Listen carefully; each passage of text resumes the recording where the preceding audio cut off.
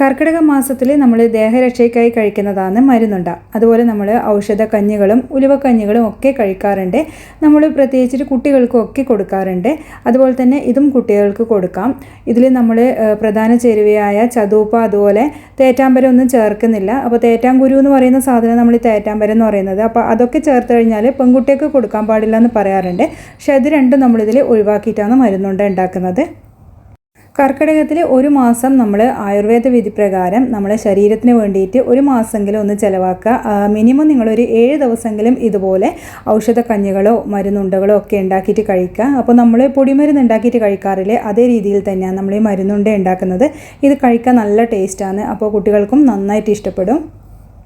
അപ്പോൾ നമ്മൾ കർക്കിടകത്തിൽ ഒരുപാട് തരത്തിൽ ഔഷധ കഞ്ഞികളും ഇതുപോലെ ഉണ്ടകളും ഒക്കെ ഉണ്ടാക്കി കഴിക്കാറുണ്ട്. പ്രത്യേകിച്ച് എല്ലാ ദിവസങ്ങളും കഴിക്കാറില്ലെങ്കിലും ഒരു കൊല്ലത്തിൽ ഈ ഒരു മാസമെങ്കിലും നമ്മൾ ദേഹരക്ഷയ്ക്കായിട്ട് ഉപയോഗിക്കുക. അതുപോലെ പ്രസവരക്ഷയ്ക്കും ഉപയോഗിക്കുന്ന ഒന്നാണ് ഈ മരുന്നുണ്ട. അപ്പോൾ ഇതിൽ ചേർക്കുന്ന എല്ലാ ചേരുവകളും നിങ്ങൾ എടുക്കുക. അപ്പോൾ ഞാൻ നേരത്തെ പറഞ്ഞ പോലെ നമ്മളെ ചതൂപ്പിയും പിന്നെ തേറ്റാമ്പരവും ഒന്നും നമ്മൾ എടുക്കുന്നില്ല. അപ്പോൾ ഇത് 1 കപ്പ് നമ്മൾ മട്ട അരി അഥവാ കുത്തരി എടുത്തിട്ടുണ്ട്. ഇനി അത് നല്ലപോലെ ഒന്ന് വറുത്തെടുക്കണം. അപ്പോൾ കുത്തരി എന്ന് പറഞ്ഞു കഴിഞ്ഞാൽ കഴുകിയിട്ട് ഒന്ന് ഉണക്കിയെടുത്തതാണ്. അപ്പോൾ എനിക്കിവിടെ വെയിലാണ്, അതുകൊണ്ട് എനിക്ക് ഉണക്കിയെടുക്കുന്നതിന് കുഴപ്പമൊന്നും ഉണ്ടായിട്ടില്ല. അപ്പോൾ നാട്ടിൽ മഴയൊക്കെ ആണെങ്കിൽ നല്ലോണം കഴുകിയിട്ട് ഒരു കോട്ടൺ തുണിയിലൊക്കെ വിരിച്ച് ഫാനിൻ്റെ കാറ്റിനും അങ്ങനെയൊക്കെ ഉണക്കിയെടുക്കാം. അപ്പോൾ തവിട് കളയാത്ത ഏത് അരി വേണമെങ്കിലും നിങ്ങൾക്ക് എടുക്കാം. അപ്പോൾ ഞവരി അരിയാണ് ഏറ്റവും നല്ലത്. അപ്പോൾ എൻ്റെ അടുത്ത് ഇല്ലാത്തത് കൊണ്ടാണ് ഞാൻ ഈ കുത്തരി എടുത്തത്. അപ്പോൾ ഞവരി അരി കിട്ടുമെങ്കിൽ പ്രത്യേകിച്ച് അത് തന്നെ എടുക്കാൻ നോക്കുക. അത് ഭയങ്കരമായിട്ട് നമ്മുടെ ഹെൽത്തിനെ ഗുണം ചെയ്യുന്ന ഒന്നാണ്. അപ്പോൾ പ്രായമായ ആൾക്കാർക്കൊക്കെ കഴിക്കാൻ പറ്റുന്ന ഒന്നാണ് ഞവരി അരി. കഞ്ഞിയൊക്കെ വെച്ച് കുടിച്ചു കഴിഞ്ഞാൽ വളരെ നല്ലതാണ്. അതുപോലെ ഷുഗറിനൊക്കെ നല്ലതാണ് ഈ ഞവരി അരി കഴിക്കുന്നത്. അപ്പോൾ കുട്ടികൾക്കൊക്കെ കൊടുക്കാം. അതിന് പ്രത്യേക ഗുണം തന്നെയുണ്ട് ആയുർവേദത്തിൽ. അതുപോലെ പ്രസവം കഴിഞ്ഞ സ്ത്രീകൾ മുലപ്പാലൊക്കെ കുറവാണെങ്കിൽ ഈ ഞവരിയരി വേവിച്ചിട്ട് അതിൽ ശർക്കരയും നെയ്യും ചേർത്തിട്ട് പായസം പോലെ ആക്കിയിട്ട് ദിവസേന കഴിച്ചു കഴിഞ്ഞാൽ മുലപ്പാൽ വർദ്ധിക്കാനൊക്കെ ഹെൽപ്പ് ചെയ്യുന്നതാണ്. അപ്പോൾ അതുണ്ടെങ്കിൽ തീർച്ചയായിട്ടും നിങ്ങൾ അത് തന്നെ എടുക്കണം. അപ്പോൾ അരിയൊക്കെ വറുക്കുമ്പോൾ ഒന്ന് പ്രത്യേകിച്ച് ശ്രദ്ധിക്കുക, കരിഞ്ഞു പോകാണ്ട് നോക്കുക. നമ്മൾ എന്ത് വറുത്തെടുക്കുമ്പോഴും കരിഞ്ഞു പോയി കഴിഞ്ഞാൽ അതിൻ്റെ ഒരു ടേസ്റ്റ് പോകും. അപ്പോൾ നമ്മളിത് ഹൈ ഫ്ലെയിമിലാണ് ഈ മട്ടയരി ആദ്യം ഒന്ന് വറുത്തെടുക്കുന്നത്. അപ്പോൾ മട്ടയരി ആയതുകൊണ്ട് തന്നെ കുറച്ച് ബുദ്ധിമുട്ടാണ് ഇത് വറുത്ത് കിട്ടാൻ വേണ്ടിയിട്ട്. അതുകൊണ്ട് ഒരു ഹൈ ഫ്ലെയിമിൽ തന്നെ നമ്മളിത് ഏകദേശം 1-2 മിനിറ്റ് ഒന്ന് വറുത്തെടുക്കുക. എന്നിട്ട് നന്നായിട്ട് പൊട്ടി വരുന്ന സമയത്ത് കുറച്ചൊന്ന് തീ കുറച്ച് കൊടുത്താൽ മതി. അപ്പോൾ തന്നെ നമുക്ക് നന്നായിട്ട് ഇത് വറുത്ത് കിട്ടും. അപ്പോൾ ചെറിയ ആൾക്കാർക്ക് ഈ മട്ടയരി വറുക്കാൻ അറിയാറില്ല, അതുകൊണ്ടാണ് പറയുന്നത്. ആദ്യം ഒന്ന് ഹൈ ഫ്ലെയിമിലിട്ടിട്ട് പിന്നെ ഒന്ന് ഫ്ലെയിം കുറച്ചാൽ മതി. ഇനി നമ്മൾ എടുക്കുന്നത് 2 ടേബിൾ സ്പൂൺ ആശാളിയാണ്. അപ്പോൾ 1 കപ്പ് അരിക്ക് നമ്മൾ എല്ലാം ബാക്കി എടുക്കുന്നത് 2 ടേബിൾ സ്പൂൺ വെച്ചിട്ടാണ്. അപ്പോൾ ആശാളി കഴുകേണ്ട ആവശ്യമില്ല. ആശാളി നമ്മൾ സബ്ജ സീഡും അതുപോലെ ചിയാ സീഡൊക്കെ പോലെയാണ്. വെള്ളത്തിൽ ആയിക്കഴിഞ്ഞാൽ അത് കുതിർന്നു പോയി കഴിഞ്ഞാൽ ഭയങ്കര ഒരു കൊഴുപ്പ് പോലെ വഴുവഴുപ്പ് പോലെ ഉണ്ടാവും, അത് കഴുകാൻ കിട്ടൂല. അപ്പോൾ ഇവിടെയൊക്കെ അറബികളൊക്കെ അവരെ ഡെസേർട്ടുകളിലും അതുപോലെ ഡ്രിങ്ക്സിലൊക്കെ ഇങ്ങനെ ഒരുപാട് ഇത് ചേർത്ത് കഴിക്കാറുണ്ട്. അപ്പോൾ ഇവിടെ പ്രത്യേകിച്ച് നല്ലൊരു മരുന്നായിട്ടാണ് അത് അവർ കണക്കാക്കുന്നത്. അപ്പോൾ ആശാളി നമ്മുടെ ആയുർവേദത്തിൽ എന്താ പറയുക, നമ്മൾ ഞവരേരി പറയുന്ന പോലെ തന്നെ എല്ലാത്തിനും ആയുർവേദത്തിൽ പ്രാധാന്യമുണ്ട്. അതുപോലെ തന്നെയാണ് ഈ ഒരു ആശാളിയും. ഒരുപാട് ഗുണങ്ങളുള്ളതാണ് ഇതിന്. അപ്പോൾ ഇതിൻ്റെ ഇലയൊക്കെ സാലഡിലൊക്കെ ചേർക്കുന്നത് കാണാറുണ്ട്. അപ്പോൾ ഇത് ചെറിയ തീയിലിട്ട് വറുത്തെടുക്കണം. ഇതുപോലെ നന്നായിട്ട് പൊട്ടി വരും. ഇത് പെട്ടെന്ന് തന്നെ പൊട്ടി വരും. ആ ഒരു സമയത്ത് നമ്മളിത് ഫ്ലെയിം ഓഫ് ചെയ്യണം. അതുപോലെ ഇത് water cress, red seed, Haleem seed എന്നൊക്കെ അറിയപ്പെടുന്നുണ്ട്. അപ്പോൾ ഇത് എല്ലാ സൂപ്പർ മാർക്കറ്റുകളിലും നമുക്ക് കിട്ടുന്നത് തന്നെയാണ്. ഇതിൻ്റെ ഗുണങ്ങൾ ഒരുപാടുണ്ട്. നമുക്ക് പറഞ്ഞാലും തീരാത്തത്ര ഗുണങ്ങളാണ് ഇതിനുള്ളത്. നമ്മളെ ചർമ്മത്തിനും അതുപോലെ മുടിക്കും എന്ന് വേണ്ട പല രോഗങ്ങൾക്കും, അതായത് ക്യാൻസറിനെ തടയാനും നമ്മളെ ഷുഗർ, പ്രഷർ, കൊളസ്ട്രോൾ ഒക്കെ കൺട്രോൾ ചെയ്യാനും രോഗപ്രതിരോധ ശേഷിക്കും അതുപോലെ നമ്മളെ വിളർച്ച തടയാനും ഒക്കെ എല്ലാ രോഗങ്ങൾക്കുമുള്ള ഒരു ഔഷധമാണ് നമുക്കിതെന്ന് തന്നെ പറയാം. അപ്പോൾ ഇതാ നമ്മൾ 2 ടേബിൾ സ്പൂൺ ഉലുവയും ഇതിലേക്ക് ഇട്ട് കൊടുത്തിട്ടുണ്ട്. അപ്പോൾ മരുന്നിൽ ഒഴിവാക്കാൻ പറ്റാത്ത, അതായത് പ്രസവരക്ഷാ മരുന്ന്, ദേഹരക്ഷാ മരുന്ന്, ഇതിലൊക്കെ ഒഴിവാക്കാൻ പറ്റാത്ത 2 സാധനങ്ങളാണ് നമ്മൾ ആശാളിയും ഉലുവയും അതുപോലെ എള്ള് ഇതൊക്കെ. അപ്പോൾ ഇത് നമ്മൾ ചെറിയ തീയിലിട്ടിട്ട് തന്നെയാണ് വറുത്തെടുക്കുന്നത്. ഇതിൻ്റെ ഒരു കളർ ഒന്ന് ചേഞ്ച് ആവുന്ന സമയത്താണ് നമ്മൾ ഇതിൽ നിന്ന് മാറ്റി കൊടുക്കുന്നത്. അപ്പോൾ ഉലുവ എല്ലാത്തിനുള്ള മരുന്നാന്ന് തന്നെ നമുക്ക് പറയാം. ഉലുവേൻ്റെ വെള്ളമൊക്കെ രാവിലെ വെറും വയറ്റിൽ കുടിക്കുന്നത് നമ്മളെ കൊളസ്ട്രോളും അതുപോലെ ഷുഗർ, പ്രഷറൊക്കെ കൺട്രോൾ ചെയ്യാനൊക്കെ വളരെ നല്ലതാണ്. അപ്പോൾ നമ്മളെ കറികളിലൊക്കെ ഉപയോഗിക്കുന്നതാണ്. ഇത് മുടിക്കും ചർമ്മത്തിനൊക്കെ വളരെ നല്ലതാണ്. അപ്പോൾ അതും നമ്മൾ പൊട്ടി വരുന്ന സമയത്ത് കളറൊക്കെ ചേഞ്ച് ആകുമ്പോൾ ഒന്ന് മാറ്റി കൊടുത്തിട്ടുണ്ട്. പിന്നെ നമ്മൾ എടുക്കുന്നതാണ് എള്ള്. എല്ലാം ഞാൻ പറഞ്ഞ പോലെ 2 ടേബിൾ സ്പൂണാണ് വെച്ചിട്ട് എടുക്കുന്നത്. അപ്പോൾ എള്ളും ഇതുപോലെ തന്നെ കഴുകിയിട്ട് ഉണക്കി എടുത്തതാണ്. അപ്പോൾ അത് നല്ലപോലെ പൊട്ടി വരുന്നത് വരെ ഒന്ന് വറുത്തെടുക്കാം. അപ്പോൾ ഇത് ഒരു ചെറിയൊരു എന്താ പറയണ്ടേ കടുകുമണീൻ്റെ അത്രേ ഉള്ളെങ്കിൽ ഇതിൻ്റെ ഗുണങ്ങൾ ഒരുപാടുണ്ട്. ഈസ്ട്രജൻ അടങ്ങിയിരിക്കുന്നതുകൊണ്ട് തന്നെ വളരെ നല്ലതാണ് സ്ത്രീകൾക്ക്.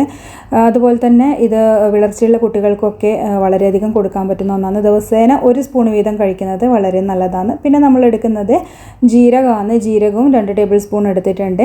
അതും ചെറിയ തീയിലിട്ടിട്ടൊന്ന് വറുത്തെടുക്കാം. അപ്പോൾ ജീരകവും നമുക്ക് നമ്മളെ അസിഡിറ്റി, ഗ്യാസ് ട്രബിൾ പോലുള്ള പ്രശ്നങ്ങൾക്കൊക്കെ വളരെ നല്ലതാണ്. അപ്പോൾ അതൊന്ന് മാറ്റി കൊടുത്തതിന് ശേഷം പിന്നെ നമ്മൾ എടുക്കുന്നത് ബദാമാണ്. അപ്പോൾ ബദാം എന്താ പറയുക, അത് ഒഴിവാക്കാൻ പറ്റൂല. ബദാം കൊളസ്ട്രോൾ ഒക്കെ കൺട്രോൾ ചെയ്യാൻ നല്ലതാണ്. അപ്പോൾ ഇല്ലെങ്കിൽ എന്തായാലും ഒന്ന് വാങ്ങിയിട്ട് നമ്മൾ എന്താ പറയുക പ്രിസർവേഷൻ മരുന്നിലൊക്കെ ഉപയോഗിക്കുന്നതാണ്. അപ്പോൾ എന്തായാലും ഒന്ന് വാങ്ങിയിട്ട് നിങ്ങൾ കുറച്ചെങ്കിലും വാങ്ങിച്ചാൽ മതി, അത് യൂസ് ചെയ്യാം. അപ്പോൾ ഇതും ഞാനൊന്ന് കുറച്ച് വറുത്തെടുക്കുന്നുണ്ട്. അപ്പോൾ ഇത് കരിഞ്ഞു പോകാൻ പാടില്ല, സൂക്ഷിച്ചിട്ട് വേണം വറുത്തെടുക്കാൻ വേണ്ടിയിട്ട്. അപ്പോൾ ഇതിൽ നല്ല കൊളസ്ട്രോൾ അടങ്ങിയിരിക്കുന്നുണ്ട്. അപ്പോൾ കൊളസ്ട്രോൾ പേഷ്യൻസിനൊക്കെ ഇത് വളരെ നല്ലതാണ്. രാവിലെ ഇതിൻ്റെ തൊലിയോട് കൂടി നമ്മൾ കുതിർത്ത് കഴിക്കുന്നതാണ് നല്ലതെന്നാണ് പറയുന്നത്. അപ്പോൾ തൊലി കളഞ്ഞിട്ട് കഴിക്കുന്നത് അത്ര പറയുന്നില്ല, തൊലിയോട് കൂടി കഴിക്കുന്നതാണ് ഹെൽത്തിന് നല്ലത്.